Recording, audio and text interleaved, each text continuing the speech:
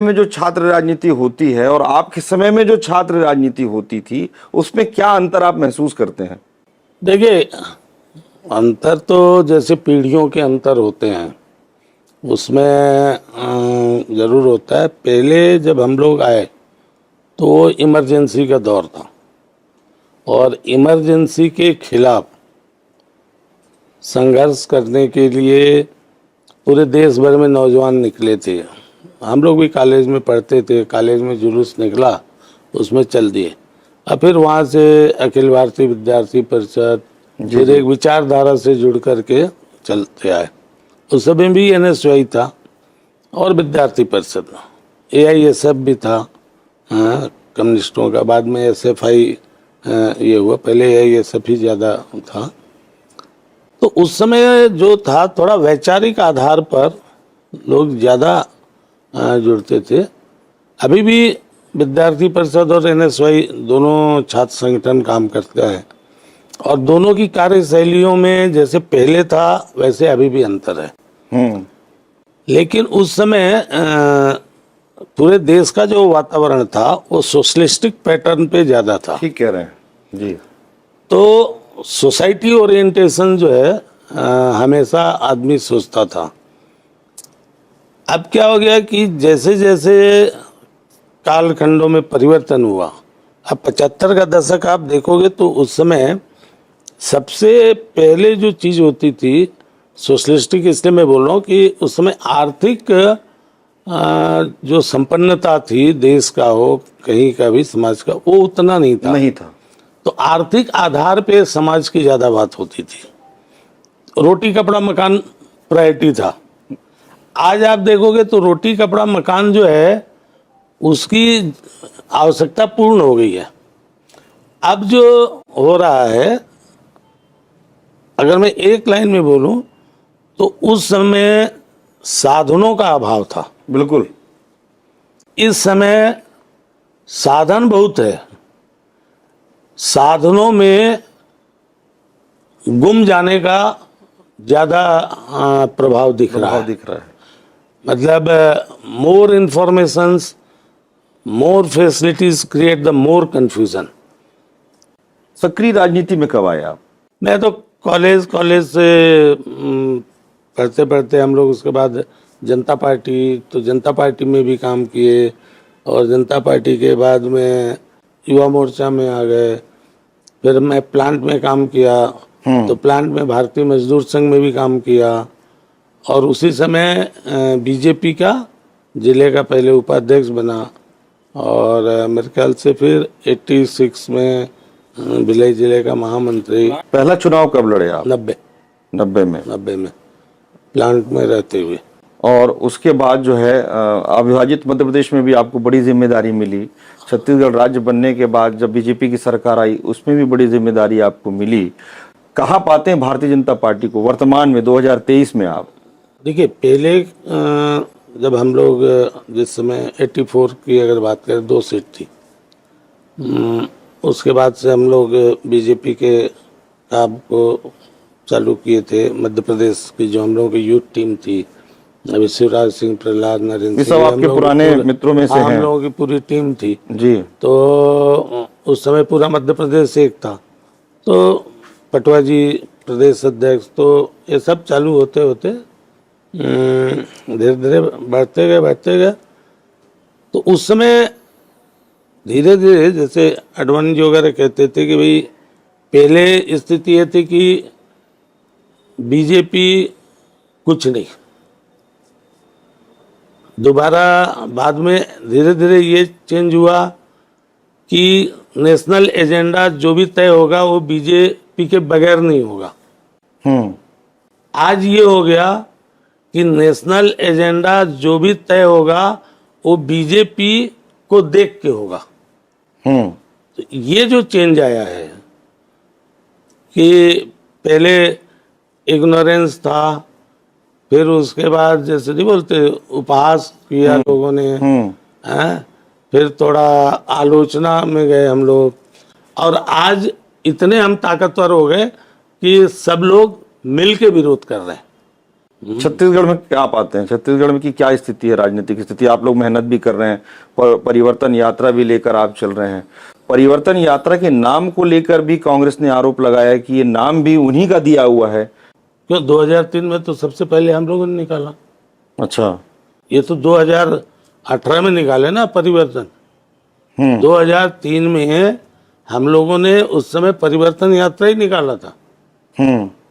और वो दंतेवाड़ा से निकला था, रतनपुर से निकला था, डोंगरगढ़ से निकला था और उधर जसपुर तरफ से निकला था। 4 यात्राएं निकली थी उस समय। तो हम लोग तो पहले हमारा मॉडल था, तब बोले 18 में आपने चुरा लिया।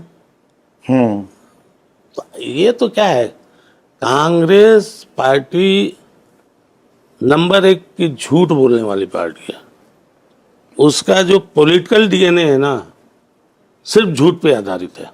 राहुल गांधी जी की लगातार यात्रा चल रही है, ट्रेन की भी यात्रा वो कर रहे हैं। प्रियंका जी भी आपके जो है दुर्ग में उनका कार्यक्रम आयोजित हुआ, और इसका कितना प्रभाव पड़ेगा चुनाव में? देखिए, ये सब भीड़ बुला करके ले आए हैं। वो तो आप लोग भी बुलाते हैं। हाँ, तो उसका परिणाम आया ना। तो अगले जो अभी जो होगा, अभी जो अब आ रहे हैं ये कार्यकर्ता आ रहे हैं हम लोगों के। अच्छा। ये सरकारी भीड़ आ रही है, कलेक्टरों की ड्यूटी लगी है। प्रियंका गांधी आई तो स्कूल सारे बंद कर दिए गए, प्राइवेट सारे बस ले लिए गए। मितानिन, आंगनबाड़ी, कौन सहायिका, किसको किसको ड्यूटी। और उसके बाद राहुल गांधी आए थे तो क्या हुआ, खाने में यहाँ युवा मितान में लूट हो गई। ट्रेन में घूम रहे हैं, ये कोई नया नाटक नहीं है। राहुल गांधी का याद करो आप 2014, कौन कलावती लीलावती क्या खा रहे थे, बस में घूम रहे थे, हैं, लोकल ट्रेन बॉम्बे में घूम रहे थे, यूनिवर्सिटीज जा रहे थे, सब जगह गए। ये भी कहती है कि भारत जोड़ो यात्रा से बीजेपी डरी हुई है। और सुनो तो आप, और वो क्या, एक बार 2014 का याद करो आप लोग। सोनिया गांधी, राहुल गांधी सारे कायम जा रहे हैं, हम इकोनॉमिक क्लास में जाएंगे। एक दिन गए इकोनॉमिक क्लास, उसके बाद खत्म। तो ये इलेक्शन स्टैंड शुरू से हम लोगों ने देखा। कांग्रेस के बड़े नेता आते थे, पिक्चरों में भी जैसे देखा ना, मार एक बच्चे को उठा लिए गोदी में, बड़ा लाड़ करते हैं, बच्चा भले उनका धोती गीला कर देता है। ये पूरे कांग्रेस के नेताओं का राजनीतिक नौटंकी में एकदम महारत हासिल है। जनता बहुत आगे निकल गई, बहुत चीज़ों को सोच रही, देख रही है। आपके पास ट्रेन से अगर जाने लायक है तो कोई ट्रेन से जा रहा, कोई प्लेन से जा रहा, आपके पास सारी सुविधा है। आप तो 18 घंटे में आप मतलब टाइम बचा करके, आपको ज़्यादा से ज़्यादा जब टाइम सेविंग करने के आपके पास संसाधन है तो आप उसको तो ज़्यादा से ज़्यादा प्रोडक्टिव बनाना चाहिए। तो ये सब समझते हैं लोग। सनातन को लेकर भी पूरे देश में लगातार चर्चा हो रही है, और तो और मुख्यमंत्री भूपेश बघेल ने कहा कि भाई मोदी जी जो हमारे प्रधानमंत्री हैं, माता जी के स्वर्गवास के बाद मुंडन की एक परंपरा है हिंदू समाज में, वो भी नहीं हुए। तो एक बार जो है मतलब जो असम के मुख्यमंत्री हैं यहाँ जो बोल के गए, उसके बाद उनका एक बयान आया। इसे आप कैसे लेते हैं? राजनीति किस ओर जा रही है? सनातन की जहाँ तक बात है, सनातन के खिलाफ जो डीएमके के स्टालिन ने बोला, खड़गे मल्लिकार्जुन खड़गे के लड़के ने बोला, प्रियंका खड़गे, जो भाषा इन लोग यहाँ बोल रहे थे, राहुल गांधी यही विदेश में सेम टाइम में बोल रहे थे। वास्तव में कांग्रेस सनातन विरोधी है। कांग्रेस के डीएनए में सनातन का विरोध है। अभी जरूर चुनाव को देखते हुए ये गमछा लेके चल रहे हैं।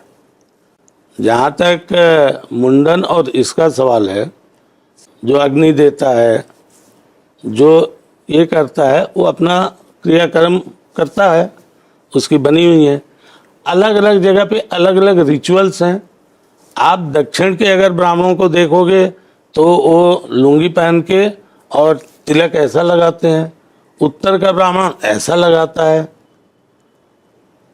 और भूपेश बघेल जी को तो क्या है, कल तक तो राम विरोधी थे, आज जो है जब देख रहे हैं कि चारों तरफ सनातनी जग रहे हैं, जैसे जैसे सनातन को मानने वाले लोग जग रहे हैं, वैसे वैसे पूरा एक वैश्विक उनका ये कहना है जो कि षड्यंत्र सनातन धर्म या राम जो है पेटेंट नहीं है भारतीय जनता पार्टी का, वो तो सबके हैं। और हम भी जो है आए हैं तो राम वन पदगमन पर हम काम कर रहे हैं। 15 साल आपकी भी सरकार थी, आप लोगों ने राम वन पदगमन पर क्यों काम नहीं किया? ये सेंट्रल काम कर रहा है। पिछले समय प्रहलाद पटेल जी जब आए थे, उन्होंने पूरा नक्शा बता दिया सर्किट कल चल रहा जी। और ये जो जहाँ तक हम तो 1986 से बोल रहे थे कि भूपेश बघेल जी, राम सिर्फ हमारे नहीं है, राम आपके भी हैं, हम सबके पुरखों के राम राम हैं, वो हमारे सबके पुरखे हैं। इस भारत में रहने वाले प्रत्येक पूजा पद्धति के पुरखे भगवान श्री राम हैं। लेकिन ये 2007 तक नहीं मान रहे थे। तब तो राम के अस्तित्व पे प्रश्न चिन्ह लगाए थे। कांग्रेस आज जो है सनातन के जागरण के साथ साथ, कांग्रेस को लगता है वो जो कालनेमी रामायण में है ना, कि जब हनुमान जी जा रहे थे तो राक्षस जो है साधु का वेश धारण करके राम राम बोल रहा था। राम भक्त पहचानता है कि असली वाला कौन है और ये कालनेमी कौन है। आप लोग असली वाले हैं, जनता जान रही है। हम लोग का तो हम लोग अच्छा जय श्री राम जैसे ही हम बोलते हैं तो कांग्रेसी भड़क क्यों जाते हैं, सारे नेता भड़क जाते हैं। इनकी साथ वाली वो ममता बनर्जी तो जय श्री राम पे मतलब मारने तक दौड़ जाती हैं। तो इनके राम जो हैं ये मतलबी, अभी जो चुनाव आ रहा है ना, दिख रहा है कि कहाँ जा रहे हैं। ठीक है, अंतिम समय में तो सबको राम याद आते हैं, आने भी चाहिए। राम का तो बोले, राम जी ने कहा ही है कि मेरे को कभी भी एक बार याद कर लोगे तो तर जाओगे। राम ही केवल प्रेम प्यारा, जान ले मुझे जान निहारा। राम जी केवल प्रेम पसंद करते हैं। हाँ। और जो उनको जानता है वो जान लेता है उनको। लेकिन राजनीति में श्री राम का जो उपयोग होता है, चाहे कोई भी पार्टी करती हो, चाहे केंद्र की हो चाहे राज्य की हो, ये कहाँ तक उचित है?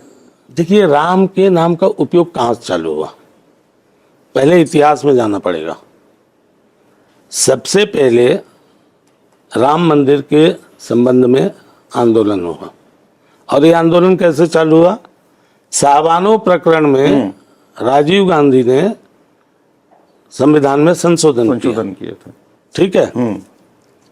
फैजाबाद के सेशन कोर्ट ने राम मंदिर में मूर्ति तो रखी जा चुकी थी कि दरवाजा खोलने का, कपाट जो है खोलने का आदेश दिया। हाँ। उस आदेश के खिलाफ मुलायम सिंह की तत्कालीन पार्टी और आजम खान, इन लोगों ने लखनऊ में पूरा प्रदर्शन किया। तब विश्व हिंदू परिषद और हिंदू समाज को ऐसा लगा कि राजनीतिक दबावों के कारण सरकार जो है सिर्फ तुष्टीकरण के कारण सुप्रीम कोर्ट के निर्णय को बदल दी है। अब फिर ये चारों तरफ जो हो रहा है, इस दबाव में फिर निर्णय न बदले तो उस प्रतिक्रिया स्वरूप जो है आपका सनातनी या हिंदू समाज जागृत हुआ। और वहां से आंदोलन चला। सारे राजनीतिक दलों ने, कोई नहीं बोला कि वहां राम मंदिर बनना चाहिए। तब जाके 1988 के पालमपुर के प्रस्ताव में भारतीय जनता पार्टी ने सबके बोलने के बाद ये प्रस्ताव पारित किया कि हम राष्ट्रीय पार्टी हैं और यह राष्ट्रीय मुद्दा है, इसलिए भगवान श्री राम अयोध्या में पैदा हुए हैं, इसलिए अयोध्या में ही राम मंदिर बनना चाहिए और हम अयोध्या में राम मंदिर बनने के पक्षधर हैं। ये 88 में हम लोगों ने प्रस्ताव पारित किया। वहां से चालू हुआ राम मंदिर निर्माण। और राम मंदिर क्यों? क्योंकि वो राष्ट्र मंदिर है। और राष्ट्र मंदिर क्यों? क्योंकि राम राष्ट्र पुरुष हैं। तो ये जब हमारी कल्पना है और आप मानने को ही नहीं टाली, आप तो लड़ते रहे, लगातार बोलते रहे कांग्रेस वाले कि भाई जिस दिन राम मंदिर का फैसला होगा, राम मंदिर बनने जाएगा, देश में क्या हो जाएगा क्या नहीं हो जाएगा। वास्तव में कांग्रेस अल्पसंख्यक समाज को बहुसंख्यक समाज के नाम पर भया दोहन करके आज तक वोट लेते आई है। इसलिए आप देखोगे जहां जहां कांग्रेस से अल्पसंख्यक समाज भी मान चुका है कि ये सिर्फ झूठ बोलते हैं, हमारे लिए कुछ करते नहीं है। इसलिए जहां तीसरा अवसर मिला है वहां वो भाग जा रहे हैं। और कांग्रेस ये बता करके, देखो ये भाजपा वाले आ जाएंगे तो तुमको ये कर देंगे वो कर देंगे। अच्छा, भाजपा वाले तो हैं 2014 से देश में है और सब जगह है।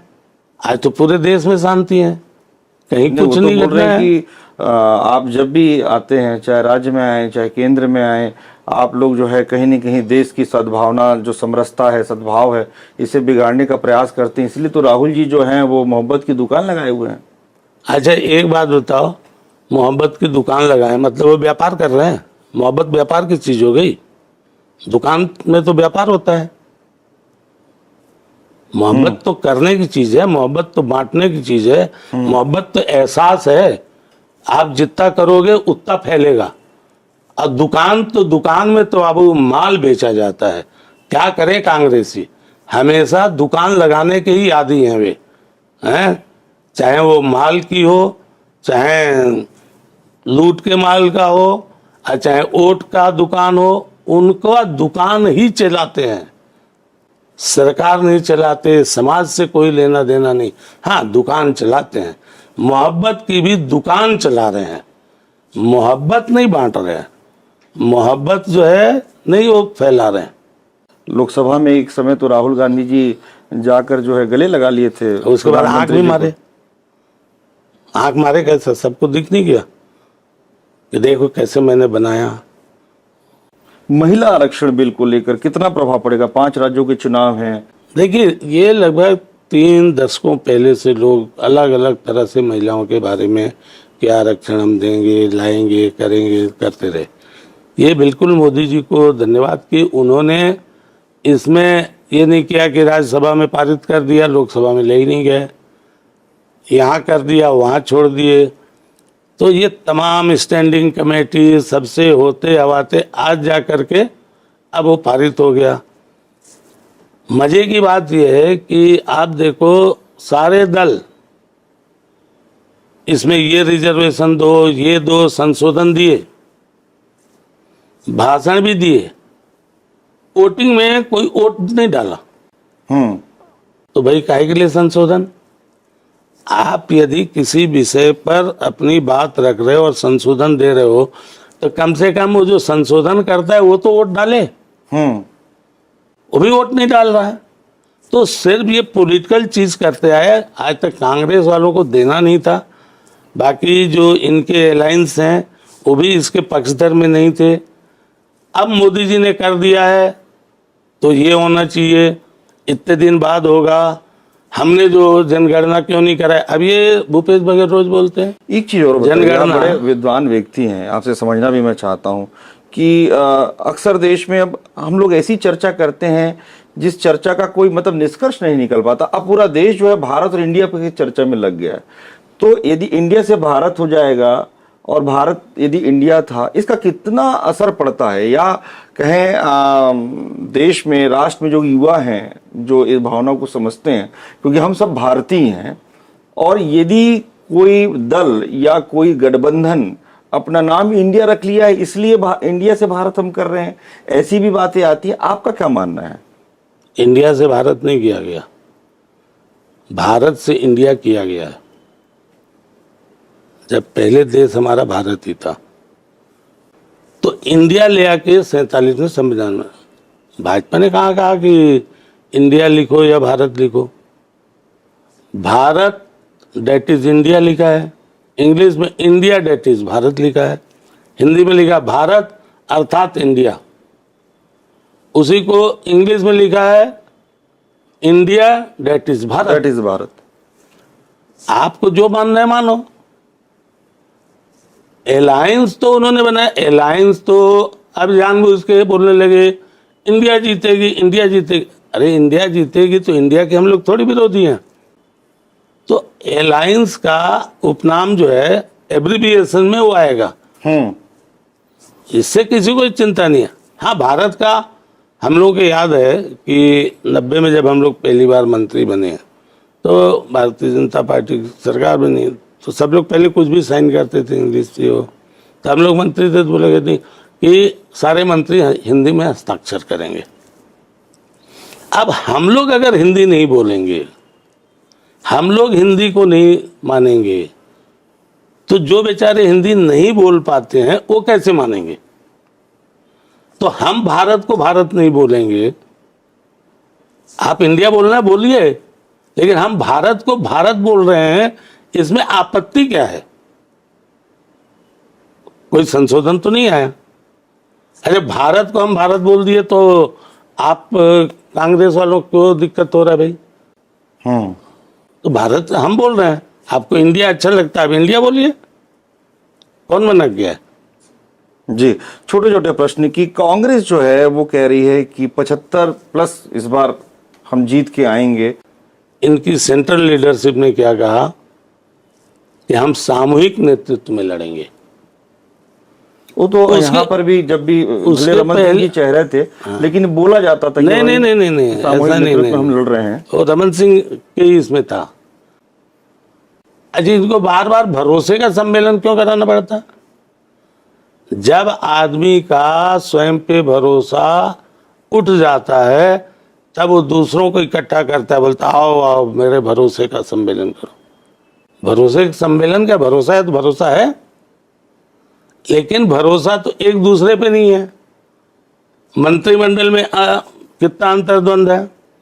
वो तो भारतीय जनता पार्टी में भी नहीं, हमारे यहाँ कोई जय सिंह अग्रवाल चिट्ठी नहीं लिखते थे। नहीं, जैसे आपके समय में ये बोला जाता था कि दुर्ग में भाई ये प्रेम प्रकाश पांडे जी का गुट है, ये सरोज पांडे जी का अलग गुट मुद्दा है, हो ये गया। जी, मंत्रिमंडल में मतलब एक दूसरे के खिलाफ लिखने का, जी जी, वो तो परसेप्शन बनाना अलग है। हाँ। लेकिन यहाँ तो लेटर लिखे गए।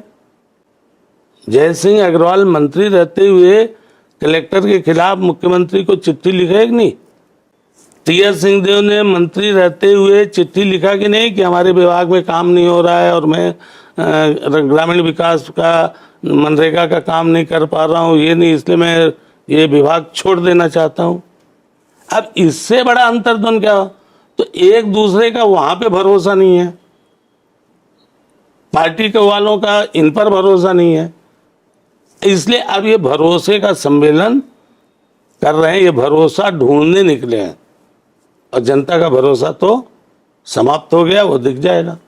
हमारे साथ है भारतीय जनता पार्टी के वरिष्ठ नेता प्रेम प्रकाश पांडे जी। पांडे जी, बहुत बहुत आभार, धन्यवाद आपका। धन्यवाद।